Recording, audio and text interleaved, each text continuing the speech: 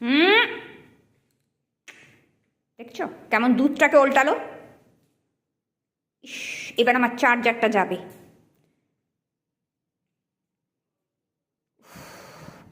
কখনো এটা চুপ করে বসতে শেখেনি রে, সারাক্ষণ ধরে কিছু না কিছু একটা নিয়ে চলেছে। এইটাকে নিয়ে যে আমি কি করি কে জানে।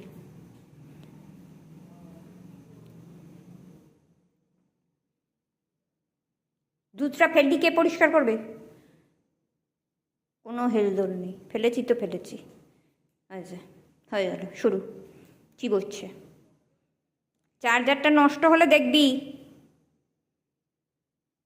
সব বোঝে। চার্জার রাখো। কে কথা বলছে বাইরে? কান উঁচু করে শুনতে হবে। যে চেনা গলা কি? এই আবার শুরু হয়ে গেল। আচ্ছা, কাকে বলছি আমি?